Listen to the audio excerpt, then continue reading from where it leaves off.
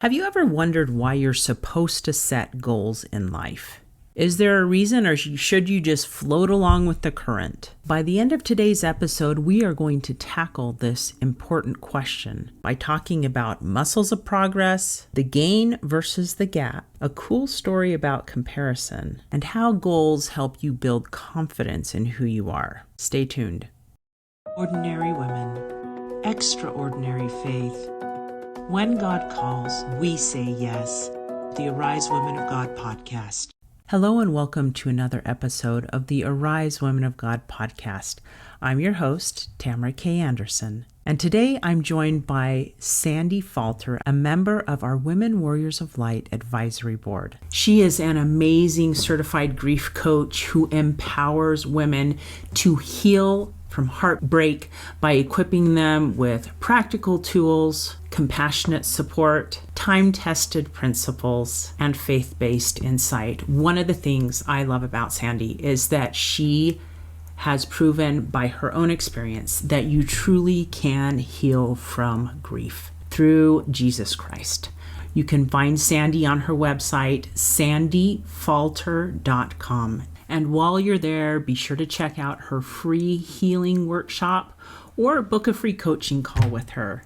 And today we're looking at why doing nothing is the most dangerous decision you can make. First, we'll talk about the muscles of progress and why inactivity leads to spiritual atrophy in our daily lives. Second, we'll explore the gain and the gap principle, how to measure your growth against where you were, not just where you aren't. Third, we're going to dive into the parable of the talents to see why God values your efforts over comparison. And finally, we'll share how setting toddler-size goals is the secret to building adult-size confidence. But first, let's dive into spiritual atrophy and limbo. I've thought about this and I've thought about, my goal to go to the gym, and it's not always successful. But why do we do that? And what happens with our muscles if we do nothing? If we do nothing, they atrophy. They don't stay the same. And so goals are so important because they help us to grow and progress. And we have to put in effort to grow and progress. And so doing nothing isn't the solution. And setting goals and setting intentions is. That's how we grow. It's important to set goals to make progress. I think some of the most frustrating points of my life have been when I'm in a limbo situation. And you know what I'm talking about. It's those points in life where you know you're getting ready to make a change, but it's like you're in a holding pattern. You're like, I can't move forward yet. It's almost. And that is one of the most paralyzing, frustrating things for me. I didn't realize how important progress felt to me until I felt the lack of progress. And then you're like, ah, this is so hard. I don't like this feeling of being stuck, of not being able to move forward. And so I think that also conveys it in just another feeling or emotion, right? That feeling of being stuck is actually a signal that your soul is ready for the next level of training. But when we start that training, we often make the mistake of looking at how far we still have to go rather than how far we have come. Sandy is going to now share a powerful concept that really helps with this frustration. There's a book that I've been reading called The Gap and the Gain that is so good, and measuring ourselves against our gain, not the lack, not I'm not there yet. And when we do that, I feel like God can better guide us when we're staying in that place of gratitude, and we can look back and see his hand and we can see the growth. And then we're not so maybe frustrated when we're on step 5 and God's like, oh, I'm going to take you on a little detour. Actually, I just wanted to get you to step 5 because actually now I'm going to have you jump tracks and go this way. And I'm like, but wait a minute, my goal was this direction. But when we're living in that space of gratitude and we're looking for God's hand and seeing the growth, measuring against where we are, not against somebody else and not against what we haven't achieved, that makes all the difference. And it keeps us open to God's guidance and direction to something greater that he has in store. But we did need to go this direction, get to step 5 so that then he could detour us. And I've seen that so many times in my life. Have you too? Absolutely. God is the master of the detour. He knows what we need to hit certain milestones to be ready for the track ahead.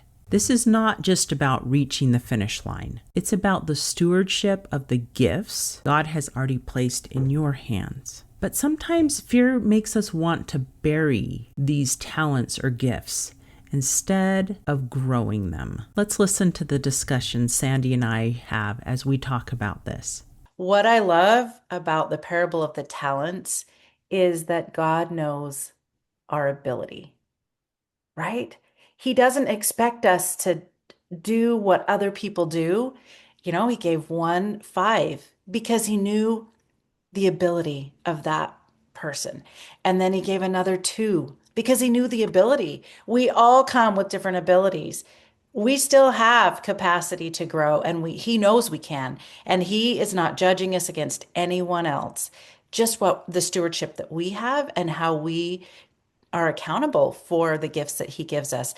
And so I really love that because sometimes I might get in a comparison mindset, right? And I have to remember, no, no, no, no. I'm an individual. I'm unique, but I also have been gifted this from God. He knows what I'm capable of.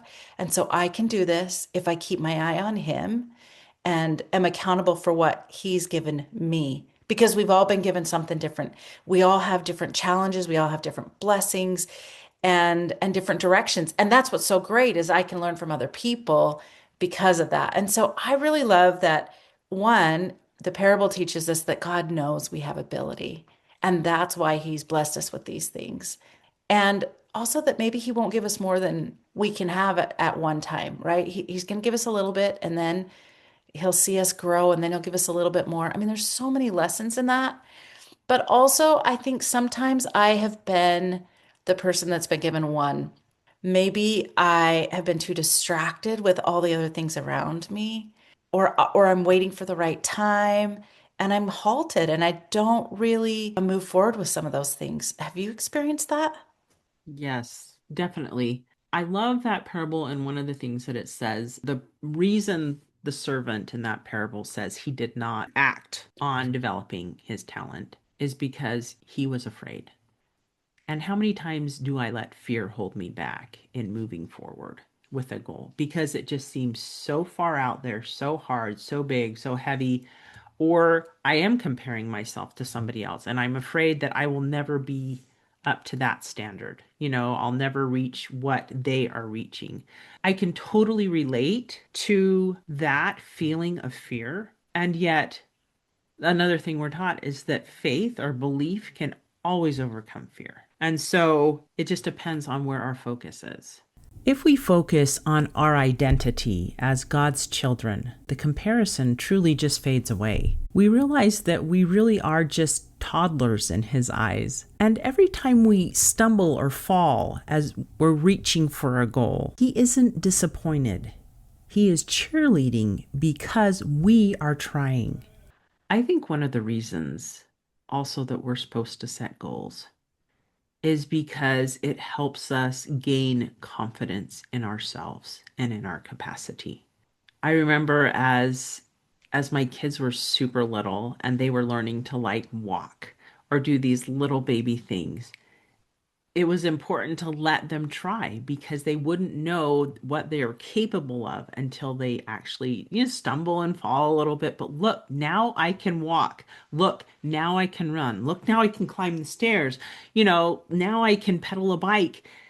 And it's just those baby things of progress that help us gain confidence in ourselves. And I think we can take that lesson and apply it to ourselves as adults. There's things that I know I'm being stretched to do now that probably in God's eyes, he looks at me as like a little toddler. Hey, Tamara, guess what? Try doing this now. I don't know if I can do that. When I first started this journey of writing a book and launching a podcast years and years ago, I didn't know I could write a book. I didn't know I could do a podcast. I was not technology savvy at all. And yet now I look at who I've become and I can record and edit podcasts and I know a lot about audio and video recording that I never would have thought I I had that capacity, but it has built my confidence in who I am and in what I can do. I never would have guessed I would have this capacity, but God could see it in me. Do you know what I mean? So I Yeah, think I that's part love of it that. too. The other thing that I loved is as I was reading the parable of the talents, I just started the beginning because chapter 25 in Matthew is so good. It's got three great parables to learn from in there. And it kind of took me back to the priority here. Like, what am I even, why am I growing? What am I doing? I'm preparing to meet God, right? That's what the parable of the 10 virgins or the bridesmaids, that's what that is. It's preparing to meet God. That's why I want to progress. I'm preparing for his coming. And so having that purpose deep down in why I'm even doing these things helps me. Knowing why and knowing who I am are kind of the core of the beginning for me in setting my intentions and setting my goals.